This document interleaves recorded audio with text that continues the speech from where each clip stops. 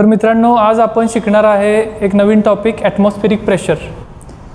Atmospheric pressure म्हणजे काय? तर ॲटमॉस्फिअरनं अप्लाय केलेलं प्रेशर कुणावर? तर ॲटमॉस्फिअर कुणावर प्रेशर अप्लाय करतो? पृथ्वीवर, बरोबर आहे. कारण पृथ्वीचं ॲटमॉस्फिअर जे असतं ते पृथ्वीच्या आजूबाजूला काही सेव्हरल किलोमीटर्सपर्यंत आहे, बरोबर आहे, असं ते असतं. आणि ॲटमॉस्फिअर म्हणजे नक्की काय? तर एअर, आपल्या आजूबाजूला जी एअर आहे त्यालाच आपण ॲटमॉस्फिअर म्हणतो. मग याच्यामध्ये कोण कोण आहे? एअर म्हणजे काय आहे? तर नायट्रोजन मॉलिक्युल्स असतात, ऑक्सिजन मॉलिक्युल्स असतात, कार्बन डायऑक्साईड मॉलिक्युल्स असतात, बरोबर आहे. त्याच्यानंतर आपले COX, NOx पोल्युटंट्स आहेत, डस्ट असते, आपण जे काही पोल्युशन केले, मॉइश्चर असतो, बरोबर आहे, ॲटसेट्रा. आणि काही न्यूट्रल गॅसेस पण कमी प्रमाणात असतात, बरोबर आहे. तर हे सगळे मॉलिक्युल्स जे आहेत हे पृथ्वीच्या आजूबाजूला असतात. आणि पृथ्वी तर स्वतःभोवती फिरते आणि सूर्याभोवती पण फिरते. मग ही हवा बाजूला का नाही उडून जात? पृथ्वीसोबतच कसं काय राहते? तर पृथ्वी ह्या मॉलिक्युल्सवर ग्रॅव्हिटेशनल फोर्स अप्लाय करते आणि त्यामुळं हे टुवर्ड्स सेंटर अट्रॅक्ट होतात, towards centre of earth attract होतात आणि ते प्रेशर एक्झर्ट करतात पृथ्वीच्या सरफेसवर. पृथ्वीच्या सरफेसवर ते प्रेशर एक्झर्ट करतात आणि याच प्रेशरला आपण म्हणतो ॲटमॉस्फेरिक प्रेशर. ओके, पृथ्वीच्या ॲटमॉस्फिअरनं म्हणजेच एअरनं पृथ्वीच्या सरफेसवर जे काय प्रेशर अप्लाय केलं आहे त्याच प्रेशरला आपण म्हणतो ॲटमॉस्फेरिक प्रेशर. मग ह्या ॲटमॉस्फेरिक प्रेशरची व्हॅल्यू नेमकी किती आहे? किती प्रेशर अप्लाय करतो तो, बरोबर आहे. कारण प्रेशरचं युनिट माहिती आहे आपल्याला. प्रेशरचं युनिट काय आहे? न्यूटन पर मीटर स्क्वेअर. मग किती न्यूटन पर मीटर स्क्वेअर प्रेशर अप्लाय करतं हे एअर किंवा ॲटमॉस्फिअर पृथ्वीच्या सरफेसवर? किती? तर त्याचं उत्तर आहे 10⁵. सायंटिस्टनी ते मोजलेलं आहे. 10⁵ न्यूटन पर मीटर स्क्वेअर. याला आपण म्हणूया PATM. ATM म्हणजे पैशाचं ATM नाही, ATM म्हणजे atmospheric pressure, P for pressure. Okay, एवढं प्रेशर या ॲटमॉस्फिअरनं आपल्या पृथ्वीच्या सरफेसवर ॲक्ट केलेलं आहे किंवा अप्लाय केलेलं आहे. ह्यालाच आपण 1 बार सुद्धा म्हणतो. ॲटमॉस्फेरिक प्रेशर मेजर करण्यासाठी बार हे युनिटसुद्धा वापरतात बऱ्याचदा. ओके, ह्याला 1 बार म्हणतात. जास्त प्रिसाइजली तुम्ही बघायला गेला तर 1.013 बार येते ते. ओके, पण ॲप्रॉक्सिमेटली 1 बार आहे, ठीक आहे. मग हे प्रेशर जे आहे ते कुणाच्या कंपॅरिझनमध्ये मोजतात? कारण का कशाला तरी 0 मानलं पाहिजे आणि मग तिथून पुढं ते प्रेशर आपण मोजत गेलं पाहिजे. मग 0 कशाला म्हणायचं? तर 0 म्हणायचं व्हॅक्यूमला. तुम्ही काही सेव्हरल किलोमीटर्स बाहेर गेला तर इथं अजिबात काही मॉलिक्यूल नाही आहे, काहीही नाही आहे, nothing is there means vacuum is there. Okay, इथं काहीच नाही म्हणजे व्हॅक्यूम आहे. तर परफेक्ट व्हॅक्यूमला, okay, pressure of perfect vacuum जे आहे त्याला आपण 0 म्हटलेलं आहे, 0 न्यूटन पर मीटर स्क्वेअर म्हटलेलं आहे. आणि त्याच्या कंपॅरिझनमध्ये तुम्ही हे प्रेशर मेजर केलेलं आहे. तुम्ही म्हणजे सायंटिस्टनी ते प्रेशर मेजर केलेलं आहे. ओके, मग 10⁵ न्यूटन पर मीटर स्क्वेअर म्हणजे नक्की किती प्रेशर? ओके, नक्की किती प्रेशर? त्यासाठी 1 न्यूटन म्हणजे किती फोर्स असतो हे समजून घेऊया आणि त्याच्यानंतर हे प्रेशर म्हणजे किती हे आपण समजून घेऊया. समजा तुम्ही 1 किलोचं वजन हातामध्ये घेतलं. तुम्ही दुकानला गेला असेल कधी, हे ऑब्वियसली गेलाच असेल, तर तिथं एकतर डिजिटल वजन काटा असतो किंवा बाजारामध्ये गेला शक्यतो तर तिथं तुम्हाला अशी वजनं दिसतील. जर तुम्ही 1 किलोचं वजन हातामध्ये घेतलं तर ते तुमच्या हातावर किती फोर्स अप्लाय करते? ओके, किती फोर्स? फोर्स म्हणजेच हे ग्रॅव्हिटेशनल फोर्स आहे, बरोबर आहे. मग ह्याचं वेट म्हणजेच फोर्स आहे. तर ह्याला आपण म्हणू शकतो मास इंटू ग्रॅव्हिटेशनल ॲक्सेलरेशन. याचं मास आहे 1 kg आणि ग्रॅव्हिटेशनल ॲक्सेलरेशन किती असतं? 9.8 असतं. For simplification of calculation me time being ह्याला 10 पकडतो. 9.8 म्हणजे जवळपास 10. मी तुम्हाला 9.8 रुपये दिले किंवा 10 रुपये दिले, जवळपास सेमच आहे, तसं हे कन्सिडर केलेलं आहे. ओके, मग ह्याला आपण म्हणू शकतो 10 न्यूटन. म्हणजे 1 किलोचं वजन तुमच्या हातावर किती फोर्स अप्लाय करतं? 10 न्यूटन फोर्स अप्लाय करतं. बरोबर आहे. म्हणजे 1 न्यूटन म्हणजे किती, तर 100 ग्रॅम.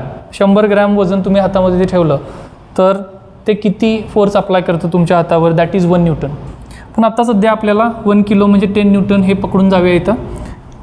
आणि 10⁵ तुम्ही असं लिहू शकता की 10⁴ इंटू 10⁻⁴. ओके, ह्याला स्प्लिट केलं, याला परत तुम्ही मर्ज केलं तर 10⁵ येणार. तर याला आपण असं लिहू शकतो न्यूटन पर मीटर स्क्वेअर. ओके, आता हे जे 10 न्यूटन आहे, इथं तुम्हाला 10 न्यूटन दिसतंय. 10⁻⁴ म्हणजे 10 न्यूटन.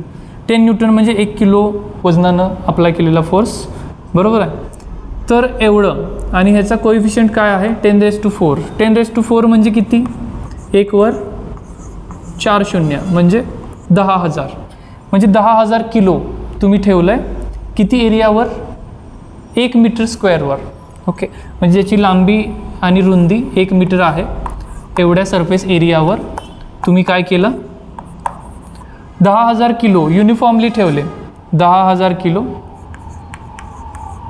युनिफॉर्म डिस्ट्रीब्युशन करून ठेवलं.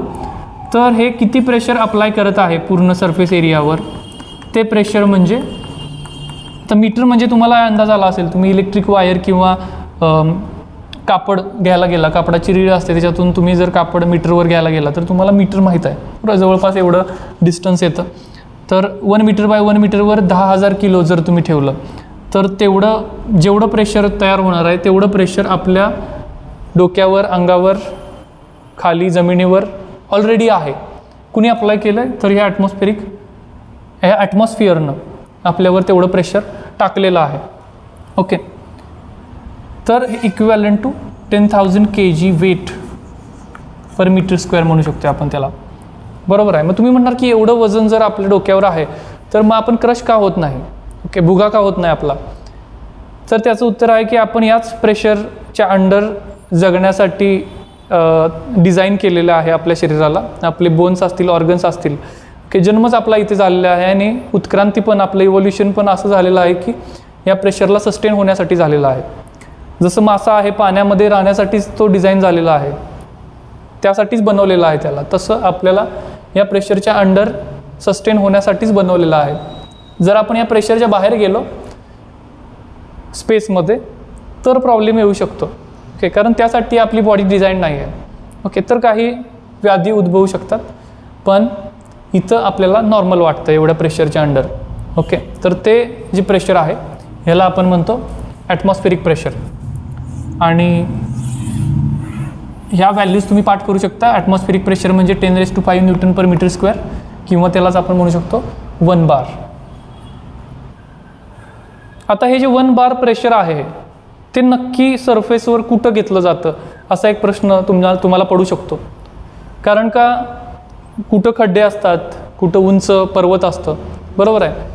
कारण का हे बघा, आपली पृथ्वी अशी परफेक्टली राऊंड नाही आहे. जसा क्रिकेटचा बॉल असतो किंवा फुटबॉल असतो तसा परफेक्ट स्पिअर नाही आहे. कुठंतरी माउंट एव्हरेस्ट आहे, ओके, कुठंतरी पठार आहे, कुठंतरी खड्डा आहे. ओके, मग इथं ओशन आहे, सी आहे. ओके, तर मग कुठं नक्की एवढं प्रेशर असणार आहे, 10⁵ किंवा 1 बार प्रेशर नक्की कुठं असणार आहे. कारण का तुम्ही वर जाल तसं प्रेशर कमी होत जातं. कसं बरं प्रेशर कमी होत जातं, हे बघा, तुम्ही समजा इथे आहात, तर इथं ॲटमॉस्फेरिक प्रेशर किती हे जर तुम्हाला फाइंड आउट करायचं असेल तर तुम्ही काय करणार, ह्याच्या आधीचा जो फॉर्म्युला होता आपला, ह्याच्यावर फ्लुइडचं कॉलम आहे. कुठला फ्लुइड आहे, फ्लुइड म्हणजे आपलं एअर आहे. हे जे कॉलम आहे हे ह्याच्यावर प्रेशर एक्झर्ट करतं. मग इथं हवेची डेन्सिटी, म्हणजे इथलं जर तुम्हाला प्रेशर काढायचं असेल, तर इथलं प्रेशर येणार या त्याच्या डोक्यावर जेवढी काही हवा आहे त्या हवेची density, gravitational acceleration into height, ह्याच्यावर जी काही हाईट आहे, ओके, म्हणजे जिथंपर्यंत एअर आहे तिथंपर्यंतची हाईट, एवढं प्रेशर अप्लाय होतं. हे जे ह्याच्या मागच्या टॉपिकमध्ये आपण प्रेशरसाठी फॉर्म्युला डिराईव्ह केला होता तोच फॉर्म्युला आहे हा. आठवत असेल तुम्हाला, एक लिक्विडचं कंटेनर घेतलं होतं आपण आणि त्याच्या आतमध्ये लिक्विड भरलं आणि त्याच्या बॉटमला किती प्रेशर तो अप्लाय करतो ह्याच्यासाठी आपण फॉर्म्युला डिराईव्ह केला होता. तर हे फॉर्म्युला होता तुमचा ρgh. ओके, हा डिराईव्ह केला होता. याच्या आधीचा व्हिडिओ बघू शकता तुम्ही. तर सेमच कन्सेप्ट आहे. इथं लिक्विड आहे, इथं एअर आहे, बेसिकली फ्लुईड आहे. आपल्या चॅप्टरचं नाव काय आहे? Mechanical properties of fluid. Okay, एअरसुद्धा फ्लुईडच आहे आणि लिक्विडसुद्धा फ्लुईडच आहे.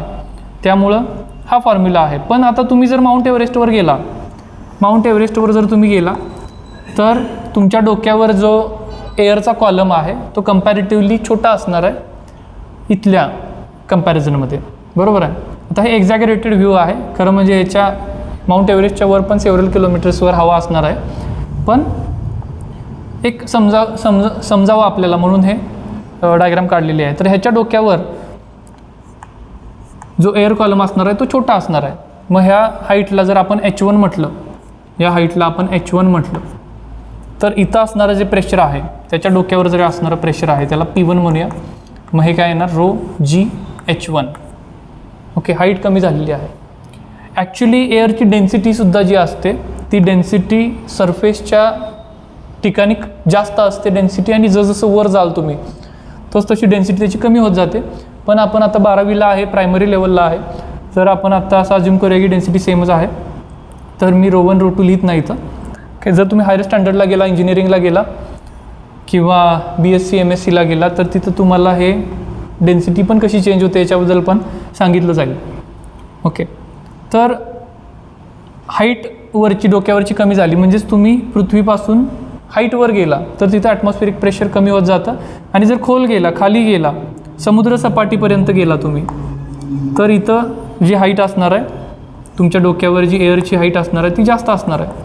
ओके, मग या हाईटला जर आपण H2 म्हटलं आणि ह्याच्या डोक्यावर जे प्रेशर आहे त्याला P2 म्हटलं, तर हे फॉर्म्युला येणार ρgH2. ओके, मग हे 10⁵ न्यूटन पर मीटर स्क्वेअर किंवा 1 बार जो आहे तो कुठलं प्रेशर आहे? तर ते सी लेवलचं प्रेशर आहे समुद्र सपाटीला.